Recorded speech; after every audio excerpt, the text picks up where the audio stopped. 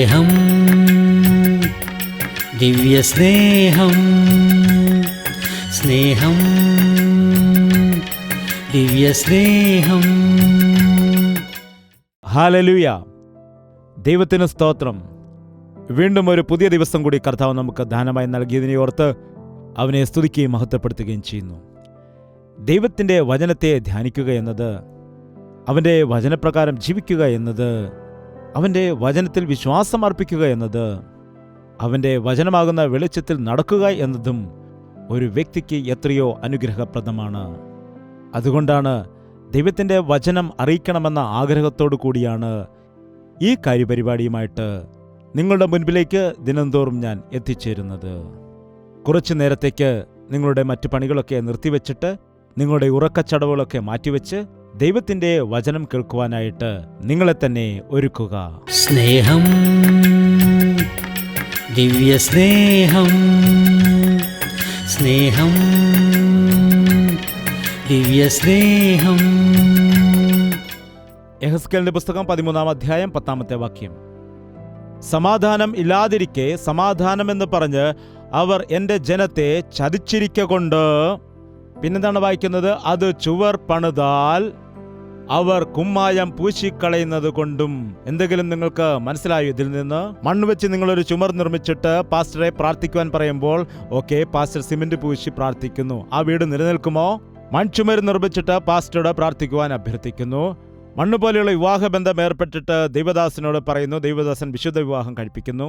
ദൈവദാസൻ പിന്നെ പ്രാർത്ഥിക്കുന്നു. പിന്നെന്താണ് ദൈവദാസന്മാരുടെ പണി? അതാണല്ലോ. ഇന്ന് ദൈവദാസന്മാർ നേരെയാണെങ്കിൽ നിങ്ങളും നേരെയായിരിക്കാനിടയാകും. അതല്ലാതെ ഈ കാലത്തെ പോലെ മനുഷ്യരുടെ ഇഷ്ടമനുസരിച്ച് തുള്ളുന്ന ദൈവദാസന്മാരാണെങ്കിൽ ഒരിക്കലും ദൈവത്തിൻ്റെ രാജ്യം വിസ്താരമാകില്ല. നിശ്ചയമായിട്ടും ദൈവഹിതത്തിൽ ഉറച്ചു നിൽക്കുന്ന ദാസന്മാരായിരിക്കണം. ഈ ദിവസം ദൈവത്തിൻ്റെ ഹിതം അന്വേഷിച്ചുകൊണ്ട് നിങ്ങളെ ഞാൻ യഥാർത്ഥമായി സ്നേഹിക്കുന്ന ഒരു വ്യക്തിയായിരിക്കുന്നു എങ്കിൽ, യഥാർത്ഥമായി നിങ്ങൾ ആത്മീയമായി വളരുവാൻ ഞാൻ ആഗ്രഹിക്കുന്നുണ്ടെങ്കിൽ, നിങ്ങളെ പുകഴ്ത്തിപ്പറഞ്ഞ്, നിങ്ങളെ പൊക്കിപ്പറഞ്ഞ്, നിങ്ങളെ സന്തോഷിപ്പിച്ച് പറഞ്ഞയക്കുന്ന ഒരു ദൈവദാസൻ ഞാൻ ആയിരിക്കുകയില്ല. നന്മ ആഗ്രഹിക്കുന്ന കൂട്ടുകാരൻ മുറിവ് വരുത്തുന്നു, ശത്രു ചുംബിച്ചിട്ട് കടന്നു പോകുന്നു. ദൈവം താൻ സ്നേഹിക്കുന്നവരെ ശിക്ഷിക്കാനിടയാകും. മുറിപ്പെടുത്തുന്നതും അവനാണ്, മുറിവ് കെട്ടുന്നതും അവൻ തന്നെ ആകുന്നു. എന്തിനാണ് നമ്മെ മുറിപ്പെടുത്തുന്നത്? നമ്മുടെ ശരീരത്തിലുള്ളതായ അനാവശ്യമായ ആ ദോഷത്തെ, മാലിന്യത്തെ മാറ്റുന്നതിന് വേണ്ടിയാണ്. ഡോക്ടർ എന്തിനാണ് ഓപ്പറേഷൻ ചെയ്യുന്നത്? ശരീരത്തിൽ ഒരു അവയവത്തിന് കേട് സംഭവിച്ചിരിക്കുകയാണ്, അല്ലെങ്കിൽ ഇൻഫെക്ഷൻ ബാധിച്ചുകൊണ്ട് ആ ശരീരത്തിന്റെ അവയവത്തിന് കേടുപറ്റിയിരിക്കുകയാണ്. അപ്പോഴാണ് ഡോക്ടർമാർ വന്നിട്ട് ആ ഓപ്പറേഷൻ ചെയ്തിട്ട് അദോഷമായിരിക്കുന്നതായ ഭാഗം മാറ്റിവെക്കുന്നത്. പിന്നീട് തുന്നിക്കെട്ടിയ ശേഷമാണ് സൗഖ്യമുണ്ടാകുന്നത്. ഈ കാലത്ത് അകത്തുള്ളതായ പാപം നീ മാറ്റാതെ പ്രാർത്ഥന ചെയ്യുക, പ്രാർത്ഥന ചെയ്യുക എന്ന് പറഞ്ഞാൽ എങ്ങനെയാണ് സൗഖ്യം വരുന്നത്? ചെറുപ്പകാലത്ത് എൻ്റെ വല്യമ്മ എന്നെ ദേവദാസന്മാർ ആരെങ്കിലും വരികയാണെങ്കിൽ അവരുടെ മുൻപിൽ കൊണ്ട് തല താഴ്ത്തിയിട്ട് പ്രാർത്ഥിപ്പിക്കുമായിരുന്നു. അതുപോലെ ഇന്ന് ദൈവദാസന്മാരുടെ മുൻപിൽ ചെന്നിട്ട് അവരെ കൊണ്ട് തലയിൽ കൈവച്ച് പ്രാർത്ഥിപ്പിച്ചാൽ അനുഗ്രഹം വരുമോ? വരില്ല. അവർ തലയിൽ കൈവയ്ക്കുമ്പോൾ നിന്റെ ഹൃദയം പിടയ്ക്കണം. കൈവച്ച് പ്രാർത്ഥിക്കുമ്പോൾ നിന്റെ പാപം നിനക്ക് ഓർമ്മ വരണം. നിന്നിൽ ദുരാത്മാവുണ്ടെങ്കിൽ അത് വെളിയിൽ പോകണം. നിന്നിൽ അന്ധകാരത്തിന്റെ പ്രവൃത്തി ഉണ്ടെങ്കിൽ അഴിഞ്ഞു പോകണം. പ്രാർത്ഥിക്കുമ്പോൾ നിന്റെ കണ്ണുകളിൽ നിന്ന് കണ്ണുനീരൊഴുകണം. നിനക്ക് അനുതാപമുണ്ടാകണം. അതാണ് സംഭവിക്കേണ്ടത്. അപ്പോൾ നിനക്ക് വലിയ വിടുതൽ സംഭവിക്കും. അങ്ങനെയെങ്കിൽ നിനക്ക് വർഷാവർഷം പ്രാർത്ഥിപ്പിക്കേണ്ടതായ കാര്യമില്ല. ഓരോ ആഴ്ചകളിലും വന്നിട്ട് പ്രാർത്ഥിപ്പിക്കേണ്ട കാര്യമില്ല. ഒരു തവണ നിനക്ക് വേണ്ടി പ്രാർത്ഥിച്ചാൽ നീ 10 പേർക്ക് വേണ്ടി പ്രാർത്ഥിക്കുന്ന വ്യക്തിയായിട്ട് മാറും. നിനക്ക് ദൈവത്താൽ ഒരു വിടുതൽ സംഭവിക്കുകയാണെങ്കിൽ ആ വിടുതൽ പ്രാപിച്ചുകൊണ്ട് നിനക്ക് വിശ്വാസം വർദ്ധിച്ചിട്ട് നീ മറ്റുള്ള അനേകർക്ക് സൗഖ്യം കൊടുക്കുന്നതിന് വേണ്ടി, വിടുതൽ കൊടുക്കുന്നതിന് വേണ്ടി ദൈവം നിന്നെ ഉപയോഗിക്കുവാൻ ഇടയാകും. എന്നാൽ ഇന്ന് അനേകം ആളുകളും മൺചുവരിന് കുമ്മായം പൂശുന്നവരാണ്. ഒരു ദിവസം രാവിലെ ഞങ്ങളുടെ ഒരു സഹോദരൻ വിളിച്ചു, രാവിലെ ദൈവദാസ, ഞങ്ങളുടെ വീടിന് അടിസ്ഥാനം ഇടുകയാണ്, അങ്ങ് പ്രാർത്ഥിക്കാൻ വരണമെന്ന് പറഞ്ഞു. കറക്റ്റ് 7 മണി സമയത്ത് നല്ല ഒരു ദൈവദാസൻ വന്നിട്ട് നന്നായിട്ട് പ്രാർത്ഥിക്കുകയാണെങ്കിൽ അത് അനുഗ്രഹിക്കപ്പെടുമെന്ന് പറഞ്ഞാൽ അതിൻ്റെ അർത്ഥം എന്താണ്? മൺചുവരിന് കുമ്മായം പൂശുകയാണ്. എന്താണ്? മണ്ണും ആവശ്യമാണ്, സിമെന്റും ആവശ്യമാണ്. നിങ്ങൾ മണ്ണും സിമെന്റും കൂടെ കൂട്ടി ഒരു ബിൽഡിംഗ് നിർമ്മിച്ചാൽ നിൽക്കുമോ? എന്താണ്? ഈ അന്ത്യകാലത്ത് അന്ന് ദാനിയേല് ദർശനത്തിൽ കണ്ട ബിംബത്തിന് അതിന്റെ തല സ്വർണവും ശരീരം വെള്ളിയും താമ്രവും, അതിനുശേഷം വരുമ്പോൾ ഇരുമ്പും, കാൽഭാഗത്തേക്ക് വരുമ്പോൾ മണ്ണും ഇരുമ്പും കൂടി കൂടിച്ചേർന്നതാണ്. മണ്ണും ഇരുമ്പും തമ്മിൽ കൂടിച്ചേരുമോ? ഒരിക്കലുമില്ല. ഈ കാലത്ത് എങ്ങനെയാണ്? ഭക്തിയും വേണം, ലോകവും വേണം. ഭക്തിയും വേണം, ലോകത്തിന്റെ ഇഷ്ടവും വേണം.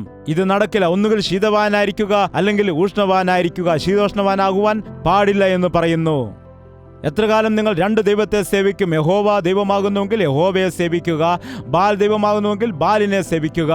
അല്ലാതെ എത്ര കാലം നിങ്ങൾ ഇങ്ങനെ മൗനമായിരിക്കുമെന്ന് ജനത്തോട് ചോദിച്ചു. അപ്പോൾ അവർ യെസ് എന്നും പറഞ്ഞില്ല, നോ എന്നും പറഞ്ഞില്ല. ഈ കാലത്തും അതുപോലെയാണ്. നിങ്ങൾക്ക് യേശുക്രിസ്തുവിനെ വേണമോ? ഞങ്ങൾക്ക് വേണം, എല്ലാവർക്കും വേണം. എങ്കിൽ നിങ്ങൾ ഇന്ന കാര്യം ഉപേക്ഷിക്കൂ. അതെങ്ങനെയാണ്? അത് നടക്കുകയില്ല, അത് ശരിയാവില്ല. യേശുക്രിസ്തുവിനെ ഞാൻ ഈ കക്ഷത്തിൽ വെക്കും, ഈ പാപമാണെങ്കിൽ ഞാൻ ഈ കക്ഷത്തും എടുത്ത് വെക്കും. എനിക്ക് രണ്ടും വേണം, രണ്ടും നഷ്ടപ്പെടുവാൻ ഞാൻ സമ്മതിക്കുകയില്ല. ശ്രദ്ധിക്കുക, ഇത് നടക്കുകയില്ല. അത് മൺചുമരാണ്, അത് നശിച്ചു പോകും. അത് കാറ്റ് വന്നാൽ, വെള്ളം വന്നാൽ നശിച്ചു പോകുന്നതാണ്. അത് ഒരിക്കലും നിലനിൽക്കുന്നതല്ല. എന്നാൽ എന്റെ വചനങ്ങളെ കേട്ട് ചെയ്യുന്നവൻ എല്ലാം തന്നെ പാറമേൽ വീട് പണിത ബുദ്ധിയുള്ള മനുഷ്യന് തുല്യനാകുന്നു. കാറ്റ് വന്നു, മഴ വന്നു, എന്നാൽ അത് പാറമേൽ അടിസ്ഥാനമിട്ടിരിക്കിയാൽ ആ വീട് കുലുങ്ങിപ്പോകുവാൻ ഇടയായില്ല. നിന്റെ ഭക്തി ആഴത്തിൽ നിന്ന് വരണം. പാപത്തിൽ നിന്ന് പശ്ചാത്താപം, അനുതാപം കൂടാതെ നമുക്ക് പാപക്ഷമ ലഭിക്കില്ല. യേശുക്രിസ്തു കാൽവരി ക്രൂശിൽ പാപത്തിന് പരിഹാരം, ശാപത്തിന് പരിഹാരം ചെയ്തതുകൊണ്ട് ഒരുപക്ഷെ എനിക്ക് എന്തെങ്കിലും രോഗമുണ്ടെങ്കിൽ, ദൈവകൃപയിൽ എനിക്ക് ഒരു രോഗവും തന്നെ ഇല്ല. എന്നാൽ എനിക്കെന്തെങ്കിലും ഒരു രോഗമുണ്ട് എന്ന് വിചാരിക്കുക. എന്നാൽ അതിന് മരുന്നും കണ്ടുപിടിച്ചിട്ടില്ല. അങ്ങനെ ഇരിക്കെ ആ രോഗത്തിന് മരുന്ന് കണ്ടുപിടിക്കുന്നു.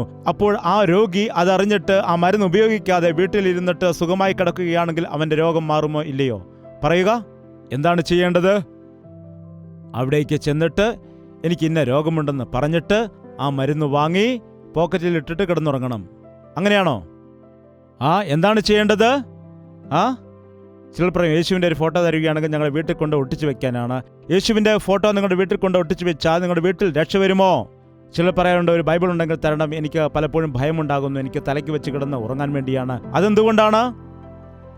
ബൈബിൾ കൊണ്ടുവന്ന് നിന്റെ തലയ്ക്ക് വെച്ച് കിടന്നുറങ്ങിയാണെങ്കിൽ നിന്റെ ഹൃദയത്തിൽ ഭക്തി ഉണ്ടാകുമോ? ദൈവത്തിന്റെ ദാസന്മാർ എന്താണ് പറഞ്ഞത്? അവന്റെ വചനം ധ്യാനിക്കണം. യെഹെസ്കേലിനോട് പറഞ്ഞു, അവന്റെ വചനം ധ്യാനിക്കുക, ഭക്ഷിക്കുക. എന്റെ വചനം ഹൃദയത്തിൽ ഗ്രഹിക്കുക, അത് ഭക്ഷിക്കുക. ആ സമയത്ത് നിന്റെ ഹൃദയത്തിൽ യഥാർത്ഥ വിശ്വാസം ഉണ്ടാകും. ഇന്ന് നിങ്ങളിൽ എത്ര പേർ ആഗ്രഹിക്കുന്നു, എനിക്ക് സ്ഥിരമായ രക്ഷയുടെ അനുഭവം വേണം? ഒറ്റത്തവണ രക്ഷിക്കപ്പെട്ടാൽ പിന്നെ ജീവിതത്തിന്റെ അവസാനം വരെ അവന്റെ ശക്തമായ സാക്ഷിയായിട്ട് നിലനിൽക്കുവാൻ നമുക്ക് കഴിയണം. എൻ്റെ ജീവിതത്തിൽ ഒറ്റത്തവണ ഞാൻ രക്ഷയുടെ അനുഭവം പ്രാപിച്ചുള്ളൂ. അതിനുശേഷം ഇപ്പോൾ വരെയും എൻ്റെ പ്രായം മാറി, എൻ്റെ ജീവിതത്തിൻ്റെ അവസ്ഥകൾ മാറി, ഞാൻ വിവാഹിതനായി, ഞാൻ കുടുംബസ്ഥനായി, എനിക്ക് കുട്ടികളുണ്ടായി, ഞാനിപ്പോൾ പ്രായമുള്ളവനായിരിക്കുന്നു. എന്നാൽ അന്നു മുതൽ ഇന്നു വരെയും എൻ്റെ ഹൃദയത്തിൽ വിശ്വാസത്തിന് അല്പം പോലും കുറവുണ്ടായാൽ അന്ത്യം വരെ വിശ്വസ്തയോടെ ജീവിക്കാൻ ആഗ്രഹിക്കുന്നു. അങ്ങോട്ടും ഇങ്ങോട്ടും ഞാൻ നോക്കുന്നില്ല, മുൻപിൻ നോക്കുന്നില്ല. നമുക്കറിയാം, സാധു സുന്ദർ സിംഗ് രക്ഷിക്കപ്പെട്ടു, എന്നാൽ അന്ത്യം വരെയും വിശ്വസ്തയോടെ അദ്ദേഹത്തിന് ജീവിക്കുവാൻ കഴിഞ്ഞു. നീ ഒരു തവണ രക്ഷയുടെ അനുഭവം പ്രാപിച്ചോ? ആഴമായ രക്ഷയുടെ അനുഭവം നീ ജീവിതത്തിൽ പ്രാപിച്ചെങ്കിൽ നിന്റെ ജീവിതത്തെ നശിപ്പിക്കുന്നതായിട്ടുള്ള, നിന്റെ ജീവിതത്തിൽ നാശം കൊണ്ടുവരുന്നത് പിശാചിനെ നോക്കുക. അവൻ വളരെ തന്ത്രശാലിയാണ്. എല്ലാവരെയും ഒരേ പാപത്താൽ അവൻ ശോധിക്കുകയില്ല. ചിലർക്ക് വ്യഭിചാരത്തിന്റെ ആസക്തിയായിരിക്കും, നിനക്കത് പക്ഷേ കാണുകയില്ലായിരിക്കാം. മറ്റു ചിലർക്കാണെങ്കിൽ പണം പണം പണം പണം, ഏതു സമയത്തും കഴിക്കാനോ ഉറങ്ങാനോ പോലും മെനക്കെടത്തില്ല. പണം സമ്പാദിക്കണം, പണം സമ്പാദിക്കണം, എപ്പോഴും സമ്പാദ്യം സമ്പാദ്യം സമ്പാദ്യം, അത് മാത്രമേ ഓർമ്മയുള്ളൂ. ചില വ്യക്തികൾക്കാണെങ്കിൽ എപ്പോഴും വ്യഭിചാരത്തിന്റെ ചിന്തകളായിരിക്കണം. അതിനുവേണ്ടിയാണ് അവൻ നടക്കുന്നത്, അതാണ് ചിന്തിക്കുന്നത്. അതിനുവേണ്ടി അവൻ നെറ്റ് ഓൺ ചെയ്ത് നോക്കും, അതിനുവേണ്ടിയാണ് അവൻ TV കാണുന്നത്, അതിനുവേണ്ടി അവൻ പുസ്തകങ്ങൾ വായിക്കുന്നു, അതിനുവേണ്ടി അവൻ അങ്ങോട്ടും ഇങ്ങോട്ടും പോകുന്നു, അതിനുവേണ്ടി അവൻ ഇഷ്ടമുള്ള സ്ഥലങ്ങളിലൊക്കെ കറങ്ങുന്നു, ആളുകളെ നോക്കുന്നു, മനുഷ്യരുടെ ഇടയിൽ പോകുന്നു. ഏതു നിമിഷവും അത് തന്നെയാണ് അവന്റെ ചിന്ത. ഈ വ്യഭിചാരം എന്നത് വലിയ ഒരു ദുരാത്മാവിന്റെ ശക്തിയാണ്. അതുപോലെ നിങ്ങളുടെ ബലഹീനത എന്താണെന്ന് എനിക്കറിയാൻ കഴിയുന്നില്ല. അത് ചില ആളുകളാണെങ്കിൽ പിശുക്കാണ്, ഏതോ സമയത്തും പിശുക്കിന്റെ സ്വഭാവമാണ്. എന്താണ് സംഭവിക്കുന്നത്? നീ രക്ഷിക്കപ്പെട്ടതിന് ശേഷം നിന്റെ പിശുക്കിന്റെ സ്വഭാവമാണെങ്കിൽ അത് മാറിപ്പോകേണ്ടതാണ്. നീ രക്ഷിക്കപ്പെട്ടതിന് ശേഷം നീ എത്ര വലിയ പിശുക്കനാണെങ്കിലും അതിൽ കൂടുതലായിട്ട് മറ്റുള്ളവർക്ക് കൊടുക്കുന്ന വ്യക്തിയായിട്ട് മാറണം. നീ വ്യഭിചാരത്തിന്റെ ചിന്തകളുള്ള, അശുദ്ധിയുള്ള മനസ്സുള്ള വ്യക്തിയാണെങ്കിൽ ആ ചിന്തകളെല്ലാം മാറിയിട്ട് ശുദ്ധ ഹൃദയമുള്ള ഒരു വ്യക്തിയായിട്ട് നീ മാറേണ്ടതാണ്. അഗസ്ത്യൻ എന്നുള്ള ഒരു വ്യക്തി ഉണ്ടായിരുന്നു. വ്യഭിചാരം ചെയ്യുവാൻ ഇഷ്ടമുള്ളതായിരുന്ന വ്യക്തി, പാപം ചെയ്ത് ജീവിച്ചവൻ, ഒരുപാട് പാപം ചെയ്ത് അവന്റെ ജീവിതത്തെ നശിപ്പിച്ചിരുന്നു. അവന്റെ മാതാവ് മൗനിക 33 വർഷമായിട്ട് തന്റെ മകന് വേണ്ടി പ്രാർത്ഥിച്ചു കൊണ്ടേയിരുന്നു. അവളുടെ ഉദരത്തിലായിരുന്നപ്പോൾ തന്നെ ദൈവത്തിന് വേണ്ടി സമർപ്പിച്ചു എന്ന് പറഞ്ഞു. അവൻ ചോദിച്ചു, എന്തുകൊണ്ടാണ് എന്നെ സമർപ്പിച്ചത്? എൻ്റെ ഇഷ്ടപ്രകാരം ഞാൻ ജീവിക്കുമെന്ന് പറഞ്ഞ പാപത്തിൽ മുങ്ങി നിവർന്ന് ജീവിക്കുവാൻ ഇടയായി. എന്നാൽ ഒരു ദിവസം ദൈവത്തിന്റെ വചനം ഒരു വീതിയിൽ കൂടി കേൾക്കുന്ന സമയത്ത് ഒരു വേശ്യയുടെ വീടിന്റെ മുമ്പിൽ കൂടി അദ്ദേഹം കടന്നു പോവുകയായിരുന്നു. ഏതായാലും പോകുന്ന സമയത്ത് വചനം കുറച്ച് കേട്ടിട്ട് പോയി കളയുമെന്ന് വിചാരിച്ചു. അങ്ങനെ പോകുന്നതായ സമയത്ത് സുവിശേഷ മീറ്റിംഗിലേക്ക് അദ്ദേഹം കടന്നു ചെല്ലുകയും അവിടെ സംഗീത വിരുന്നുകൾ നടന്നുകൊണ്ടിരിക്കുകയായിരുന്നു. അങ്ങനെ സംഗീതം കേൾക്കുന്നതിന് വേണ്ടി അവിടെ അല്പസമയം അദ്ദേഹം ചിലവഴിച്ചു. അവിടെ കുറച്ചു നേരം നിന്നിട്ട് അദ്ദേഹം ഗാനങ്ങളെല്ലാം കേൾക്കുവാനിടയായി. അതിനുശേഷം അദ്ദേഹം മുൻപോട്ട് പോകാൻ തുടങ്ങുമ്പോൾ ദേവദാസൻ വചനം പറയുവാനായിട്ട് തുടങ്ങി. അദ്ദേഹം മുൻപോട്ട് പോകുവാനായിട്ട് ചുവട് വെച്ചു. എന്നാൽ അദ്ദേഹത്തിന് മുൻപോട്ട് പോകുവാൻ കഴിഞ്ഞില്ല. അദ്ദേഹത്തിൻ്റെ കാലുകളാരോ പിടിച്ച് തറച്ചു നിർത്തിയിരിക്കുന്ന പോലെ അദ്ദേഹം നിൽക്കാനിടയായി. അപ്പോൾ അവിടെ നിന്ന് കേട്ടതായ വചനം അവൻ്റെ ഹൃദയത്തെ തകർക്കുവാനിടയായി. എൻ്റെ വചനം പാറയെ തകർക്കുന്ന ചുറ്റിക പോലെയും. പറയുക എല്ലാവരും, എൻ്റെ വചനം പാറയെ തകർക്കുന്ന ചുറ്റിക പോലെയാണു. ആരുടേതാണ് ഇവിടെ പാറയെ പോലെയുള്ള മനസ്സുള്ളവർ? ശൗലിൻ്റെ ഹൃദയം എങ്ങനെയുള്ളതാണെന്ന് നിങ്ങൾക്ക് പറയുവാൻ കഴിയുമോ? ക്രിസ്ത്യാനികളെ ഉപദ്രവിക്കുന്ന വ്യക്തി, ക്രിസ്ത്യാനികളെ കൊലപ്പെടുത്തുവാൻ വേണ്ടി കൂട്ടുനിൽക്കുന്ന വ്യക്തി, മറ്റുള്ളവർ ഉപദ്രവിക്കപ്പെട്ട് കരയുന്നതായ സമയത്ത് അത് കണ്ട് ചിരിക്കുമ്പോൾ അവൻ്റെ ഹൃദയം എങ്ങനെയുള്ളവനാണ്? കരയുന്നത് കാണുമ്പോൾ അത് നോക്കി ചിരിക്കുന്നവരുടെ ഹൃദയം എങ്ങനെയുള്ള ഹൃദയമാണ്? ഇന്ന് നോക്കുക, തീവ്രവാദികളെ ശ്രദ്ധിക്കുക. അവരുടെ ഹൃദയം കല്ലുപോലിരിക്കുന്ന ഹൃദയം, ക്രൂരമായ ഹൃദയം എങ്ങനെയുള്ളതാണത്? അത് ഹൃദയമാണോ? ഒരു മനുഷ്യന് ദോഷം സംഭവിക്കുമ്പോൾ അല്ലെങ്കിൽ ഒരു മനുഷ്യനെ ഉപദ്രവിക്കുമ്പോൾ അത് കണ്ട് അവർക്ക് എങ്ങനെ നോക്കി നിൽക്കുവാൻ കഴിയും? അത് സാധാരണ ഹൃദയമല്ല, അത് കല്ലാണ്. അതുകൊണ്ട് ഈ കാലത്ത് ആ തീവ്രവാദികൾക്ക് വേണ്ടി നാം പ്രാർത്ഥിക്കേണ്ടതായ ഉത്തരവാദിത്വമുണ്ട്. ഏറ്റവും വലിയ തീവ്രവാദിയായിരുന്നതായ ശൗല് പൗലോസായിട്ട് മാറുവാൻ ഇടയായി. ശൗലിനെ പൗലോസാക്കി മാറ്റിയ ദൈവത്തിന് ഇന്ന് അനേകം ആളുകളെ സുവിശേഷത്തിൽ കൂടി മാറ്റുവാൻ കഴിയുമെന്ന് ഓർക്കണം. വചനം വ്യക്തമായിട്ട് പറയുകയാണെങ്കിൽ, ഉള്ളതുപോലെ വചനം പ്രസംഗിക്കുകയാണെങ്കിൽ, വചനം കേൾക്കുന്ന ഒരു വ്യക്തിയുടെ ഹൃദയത്തിലുള്ളതായ സത്യ അവസ്ഥയെ വെളിപ്പെടുത്തുവാൻ കഴിഞ്ഞാൽ, മന്ത്രവാദിയായ ശീമോന് പണസഞ്ചി കൊണ്ടുവന്നിട്ട് പത്രോസിന്റെ കാൽക്കൽ വെച്ച് പറയുകയാണ്, ഞാൻ ആരുടെയെങ്കിലും തലയിൽ കൈവയ്ക്കുകയാണെങ്കിൽ പരിശുദ്ധാത്മാവിന് വരം ലഭിക്കാൻ പ്രാർത്ഥിക്കണമെന്ന്. പത്രോസ് എന്താണ് അപ്പോൾ പറഞ്ഞത്? എന്താണ്, പരിശുദ്ധാത്മാവ് അത്ര ചീപ്പാണെന്നാണ് വിചാരിക്കുന്നത്? ഈ ചെറിയ പണം കണ്ട് വരുമെന്നാണോ വിചാരിക്കുന്നത്? കൂടുതൽ പണം കൊണ്ടുവാ എന്നാണോ അവൻ പറഞ്ഞത്? അല്ലെങ്കിൽ മാസം ദശാംശം അയച്ചു തരാൻ പറഞ്ഞോ? എന്താണ് പറഞ്ഞത്? നിന്റെ ഹൃദയം ദൈവത്തിന്റെ സന്നിധിയിൽ ശരി അല്ലാത്തത് കൊണ്ട് ഇതിൽ നിനക്ക് ഭാഗവാക്കാൻ കഴിയില്ല എന്ന് പറഞ്ഞു.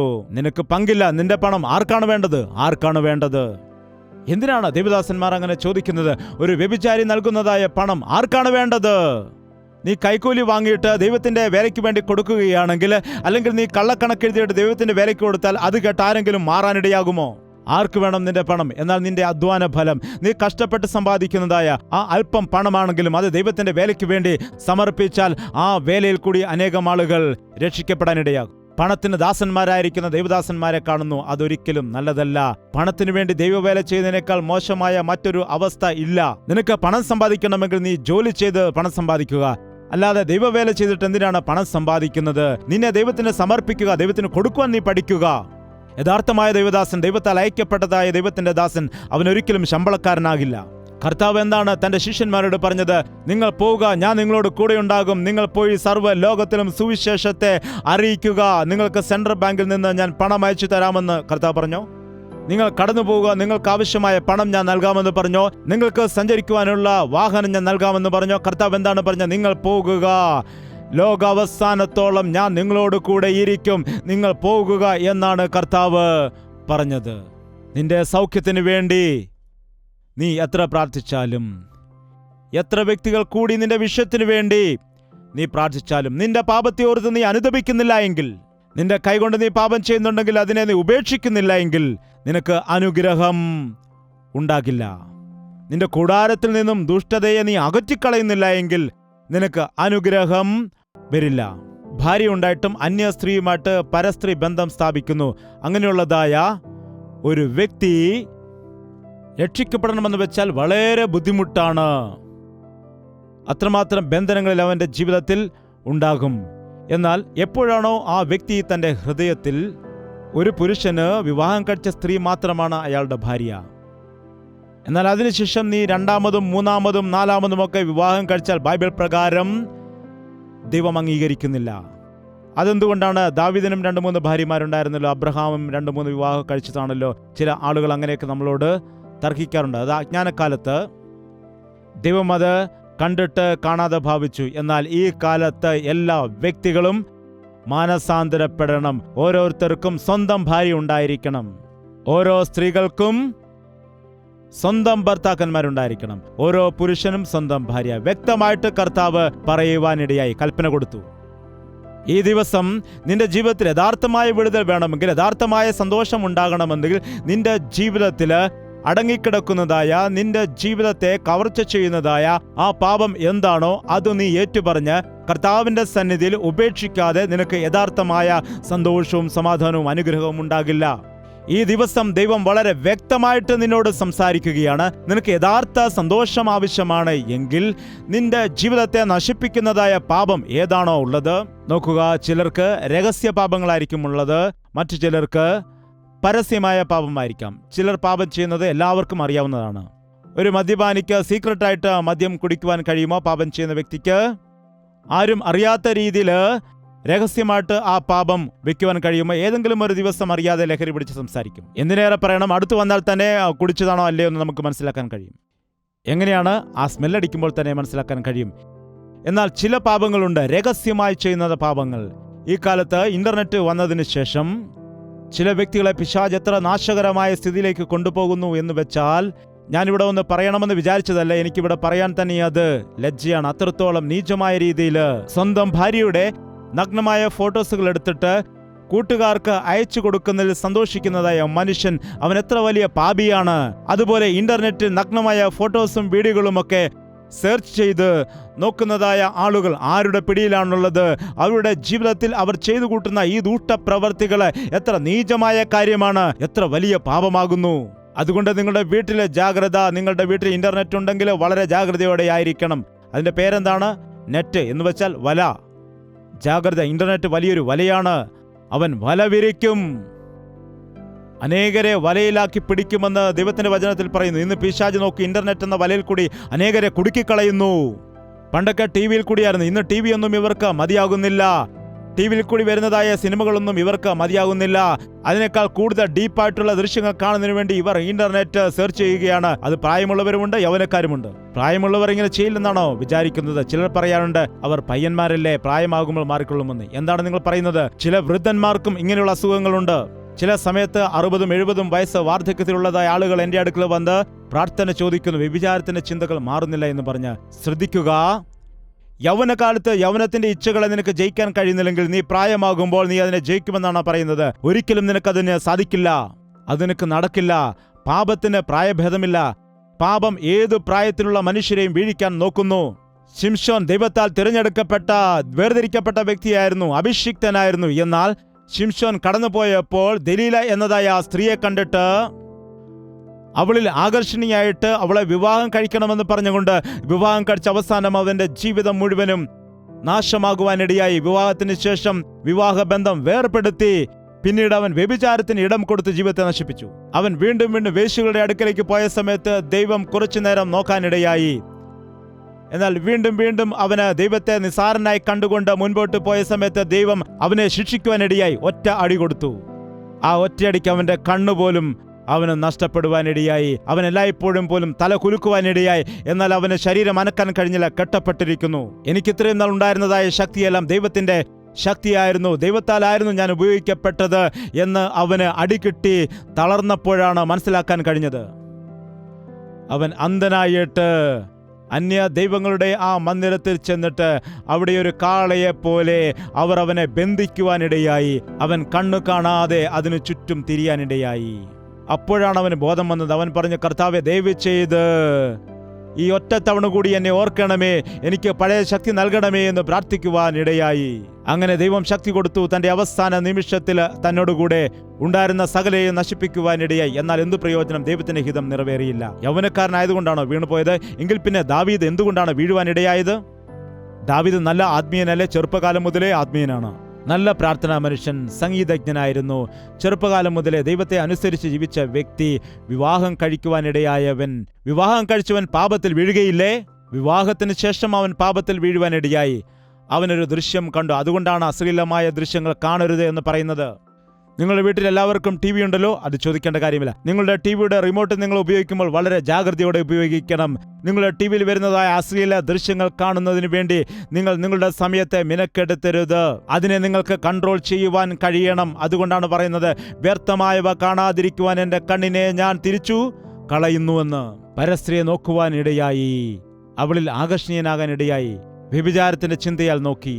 ആ സമയത്ത് ദൈവം, സാരമില്ല ദാവീദേ, നീ വലിയ ഒരു ഭക്തനാണല്ലോ, നീ വലിയൊരു രാജാവാണല്ലോ, ചെറുപ്പം മുതൽ തന്നെ നീ എനിക്ക് ഒരുപാട് വിശ്വസ്തനായ മനുഷ്യനാണല്ലോ, അതുകൊണ്ട് നിനക്ക് സമാധാനം ഉണ്ടാകട്ടെ എന്ന് പറയുകയാണ് ചെയ്തത്. എന്താണ്?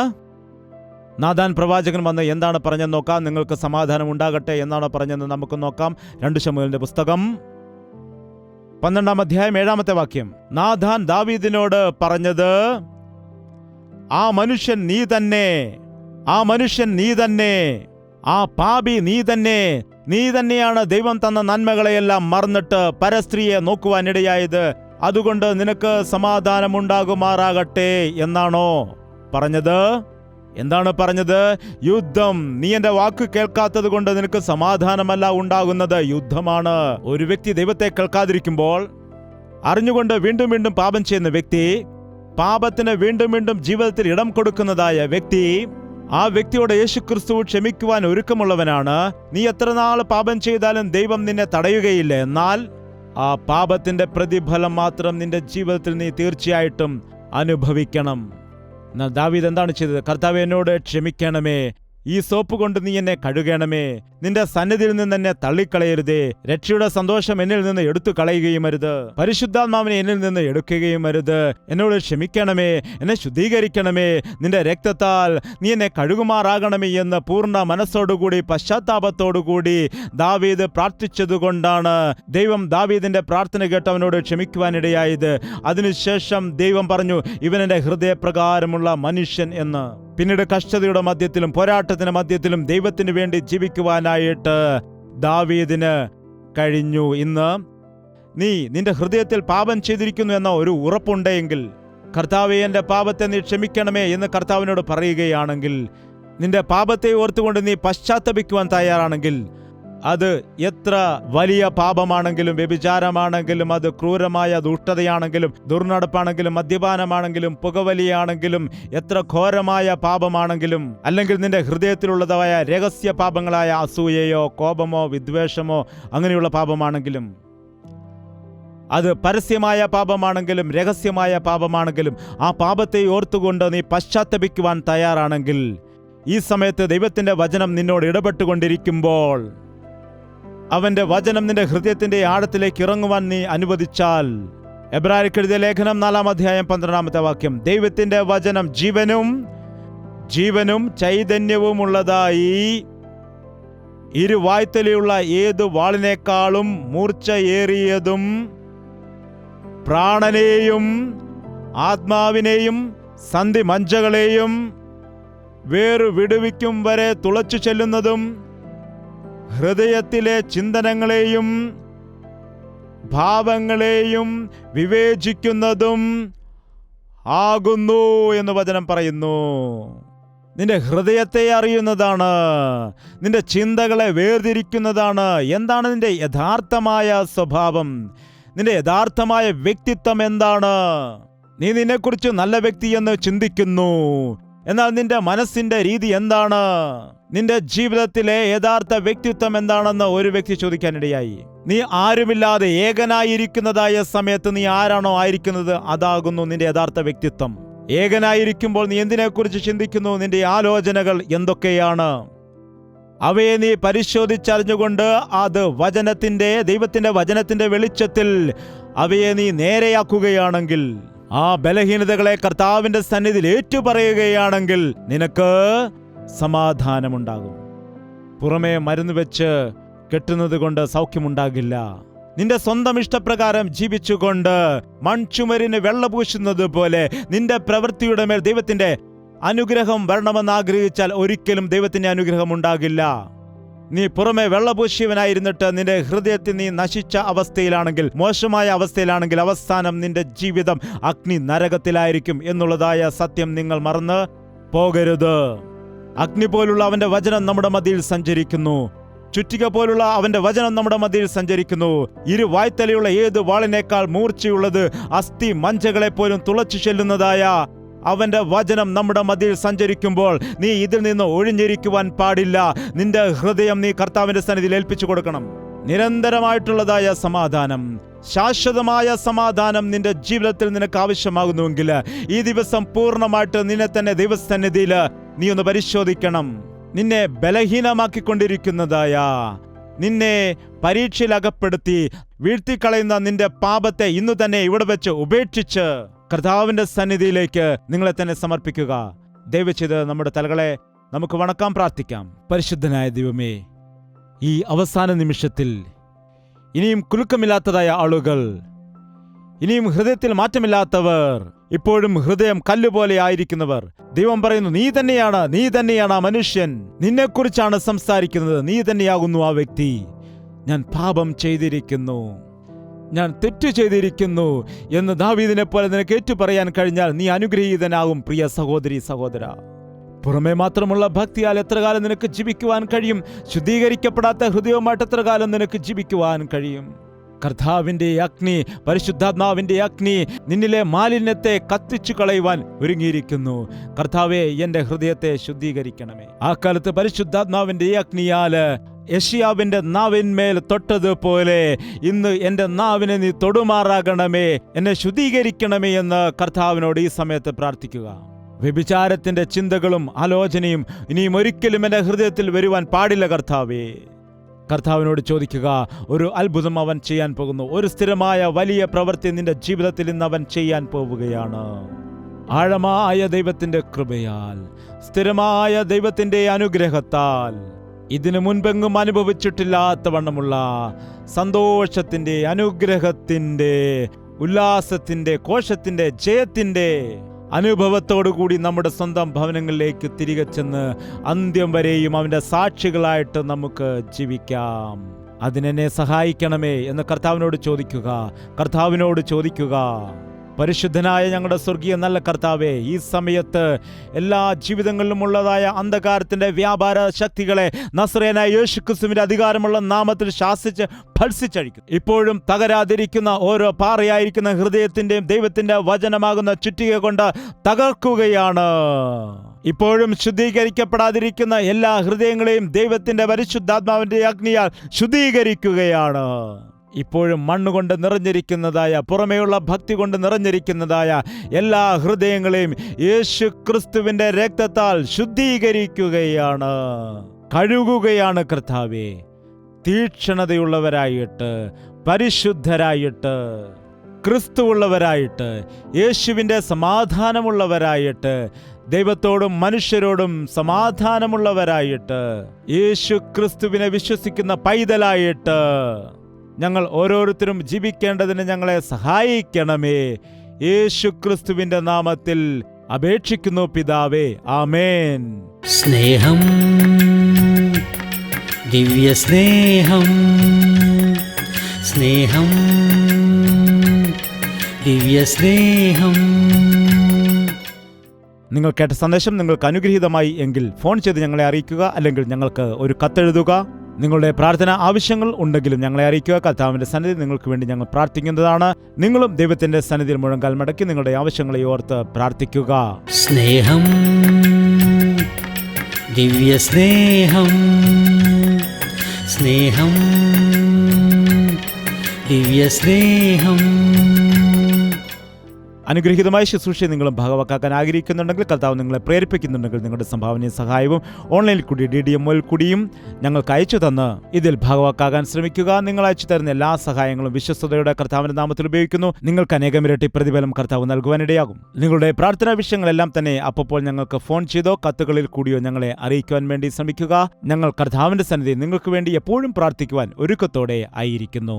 യേശു ക്രിസ്തു വലിയവനാണ്, അവൻ നമ്മുടെ പ്രാർത്ഥന കേൾക്കുന്നവനാണ് എന്ന് വിശ്വസിക്കുക. അവന്റെ സന്നിധിയിൽ സൗഖ്യവും അത്ഭുതകാര്യവും വിടുതലുമുണ്ട് എന്ന് വിശ്വസിക്കുക. നിങ്ങളുടെ പ്രാർത്ഥനാ ഭാരങ്ങൾ ഞങ്ങളെ എഴുതി അറിയിക്കുക. അതുപോലെ നിങ്ങളും കർത്താവിന്റെ സന്നിധിയിൽ പ്രാർത്ഥിക്കുക. കർത്താവ് നിങ്ങൾക്ക് വിടുതലും രക്ഷയും സമാധാനവും സൗഖ്യവും നൽകുവാൻ ഇടയാകും. കർത്താവിന്റെ ഹിതമെങ്കിൽ വീണ്ടും കാണാം. അപ്പോൾ വരെ ദൈവത്തിന്റെ മഹാകൃപ നിങ്ങളോട് കൂടെയുണ്ടായിരിക്കട്ടെ.